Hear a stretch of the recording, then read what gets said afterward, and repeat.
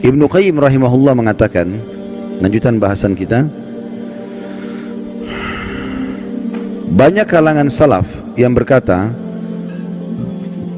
setelah mereka meninggal orang-orang pun sering mendatangi kuburan mereka, lalu membuat patung-patung mereka. Kemudian setelah masa demi masa berlalu, akhirnya disembahlah patung-patung tersebut. Ini maksudnya penjabaran daripada tafsir tadi Al-Quran itu, ayat sebelumnya yang sudah kita baca. Tadi kita sedang membahas tafsir surah Nuh ayat 23 ya.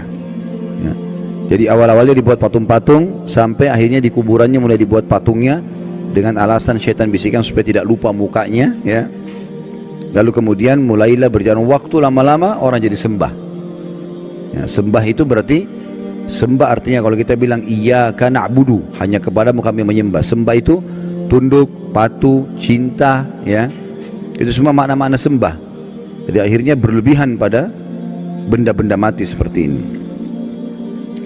Diriwayatkan dari Umar radhiyallahu anhu bahwasanya Rasulullah sallallahu alaihi wasallam bersabda dalam hadis Bukhari Muslim, "La tatruni kama atratin nasara ibn Maryam, innama ana abdun faqulu abdullahi wa rasuluh."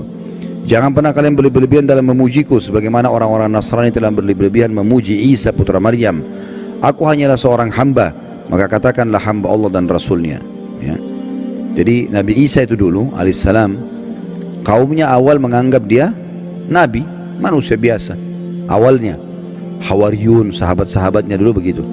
Berjalan waktu, mereka mulai menganggap Isa ini manusia suci dan lahir tanpa ayah, berarti dia anaknya Tuhan. Mulai pindah ke situ, namanya gulu, berlebihan. Akhirnya memposisikan Nabi Isa alaihissalam bukan lagi pada posisinya sebagai utusan Allah saja, tapi sudah luar biasa, sampai pada tingkat yang menganggap Isa dan ibunya Maryam alaihissalam adalah Tuhan. Awalnya tidak, tapi lama-lama ke situ. Awalnya cuma, oh ini orang soleh, ini nabi. Oh, akhirnya mulailah diinterpretasikan, dijabar-jabarkan. Nah ini kayaknya dia lahir tanpa ayah, berarti anaknya Tuhan nih. Nah berarti ya, supaya kita tidak lupa buat patungnya. Sekarang orang Nasrani banyak tidak sadar, mereka bukan lagi sembah Allah, bukan juga bahkan sembah Nabi Isa, tapi sembah apa? Patung. Ditaruh patung di situ, mengatakan itu patung Nabi Isa, patung Maryam. Patung, gak ada hubungannya sebenarnya. Tapi seperti itu. Dan apa bedanya dengan kaumnya Nabi Nuh yang tadinya buat patung, awal-awal diminta-minta, lama-lama akhirnya disembah gitu. Sementara Nabi Isa alaihissalam berlepas tangan dengan itu ya. Saya nggak tahu sudah pernah saya bacain belum dalam surah Al-Maidah ayatnya. Belum. Kita buka sekarang Al-Maidah. Kita lihat bagaimana Nabi Isa alaihissalam nanti pada hari kiamat itu kalau tidak salah di ayat 116 ya. Bagaimana Nabi Isa alaihissalam nanti dihakimi oleh Allah. Maksudnya Allah subhanahu wa ta'ala akan mengajak bicara Isa di depan makhluk semuanya, terutama pengikutnya yang menganggapnya sebagai Tuhan. Sudah buka 116? Baik. Saya bacakan, a'udzubillahi minasyaitonirrajim. Wa idz qala Allah ya Isa ibn Maryam anta qulta lin-nasi ittakhiduni wa ummi ilahaini min dunillah qala subhanaka ma yakunu li an aqula ma laysa li bihaqq in kuntu qultuhu faqad alimta ta'lamu ma fi nafsi wa la a'lamu ma fi nafsik innaka anta 'allamul ghuyub. Dan ingatlah ketika Allah berfirman, hai Isa putra Maryam, maksudnya nanti hari kiamat nih, di depan orang-orang semua, apakah engkau mengatakan kepada manusia, jadikanlah aku dan ibuku dua Tuhan selain Allah? Maksudnya ada Tuhan lain ya? Trinitas yang mereka bilang itu. Isa menjawab alaihissalam, maha suci engkau, tidaklah patut bagiku mengatakan apa yang bukan hakku mengatakannya.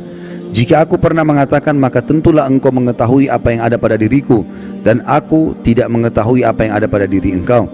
Sesungguhnya engkau maha mengetahui perkara-perkara yang gaib.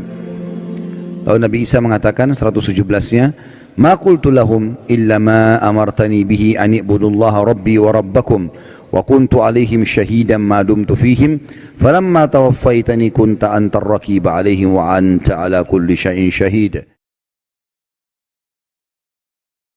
Aku tidak pernah mengatakan kepada mereka kecuali apa yang engkau katakan kepadaku, yaitu sembahlah Allah Tuhanku dan Tuhan kalian.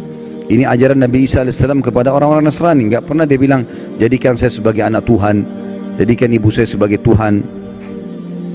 Dan aku menjadi saksi terhadap mereka selama aku berada di antara mereka. Maka setelah engkau wafatkan aku, engkau lah yang mengawasi mereka, dan engkau adalah maha menyaksikan atas segala sesuatu.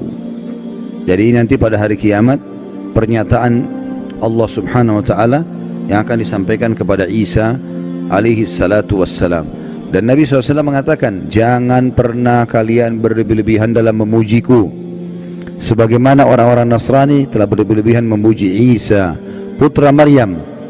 Aku hanyalah seorang hamba, maka katakanlah hamba Allah dan Rasulnya, ya, Abdullahi wa Rasuluh.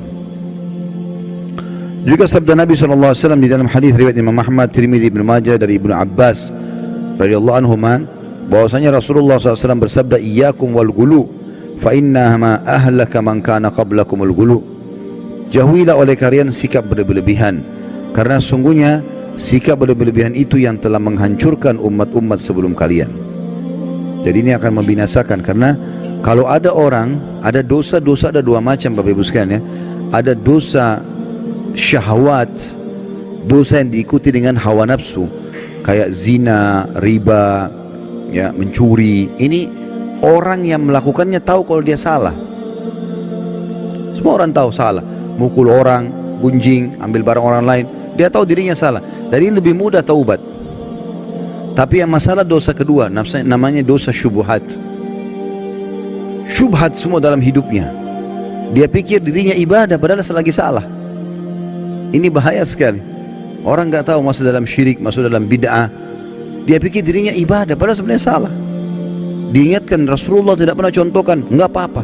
Loh, kok nggak apa-apa ini? Gimana caranya nggak apa-apa? Nabimu tidak pernah contohin, nggak apa-apa? Gimana? Sahabat nggak pernah contohin, nggak apa-apa? Ini bahaya sekali, ini resikonya besar, ya. Seakan-akan orang mengatakan kalau Rasulullah SAW masih hidup, tidak apa-apa ya Rasulullah, saya kerjain nih. Walaupun anda belum ajarkan. Kira-kira kalau dia bilang begitu depan Nabi, diapain sama Nabi itu? Pasti dia dihardikin, tidak boleh. Gimana caranya? Ya. Para sahabat saja tidak ada yang berani itu. Ada yang pernah bilang, kan ada beberapa sahabat yang melakukan perbuatan Nabi nggak pernah contohkan. Jangan lupa loh, waktu itu wahyu masih turun. Dan ada dalam sunnah-sunnah Nabi ada namanya kauliyah, perkataan, ada fi'liyah, ada perbuatan, ada takririyah, persetujuan Nabi. Kalau sesuai dengan wahyu, Nabi nggak tegur, Nabi biarin aja. Kalau dilarang, Nabi larang, karena wahyu lagi proses turun. Kalau sekarang Nabi SAW sudah meninggal, agama Islam sudah sempurna, gitu kan? Untuk apa kita mengatakan boleh kita tambah-tambah? Kan jadi masalah. Syubhat jadi dia pikir dirinya ibadah padahal lagi salah. Kan ini jadi masalah ini. Habis waktunya bertahun-tahun dalam hal-hal yang tidak ada gunanya, gitu kan? Orang jaga kuburan, di situ dipakai kesyirikan. Orang minta-minta pada jenazah, dianggap dirinya ibadah. Duit ambil dari situ, hidup dari situ, ini kan masalah ini. Jadi banyak orang subhanallah tidak sadar padahal dia masuk dalam dosa syubhat. Dan ini lebih bahaya karena orangnya susah taubat. Dianggap dirinya benar soalnya. Ini masalah ini, ya. Mudah-mudahan Allah selamatkan kita dari situ.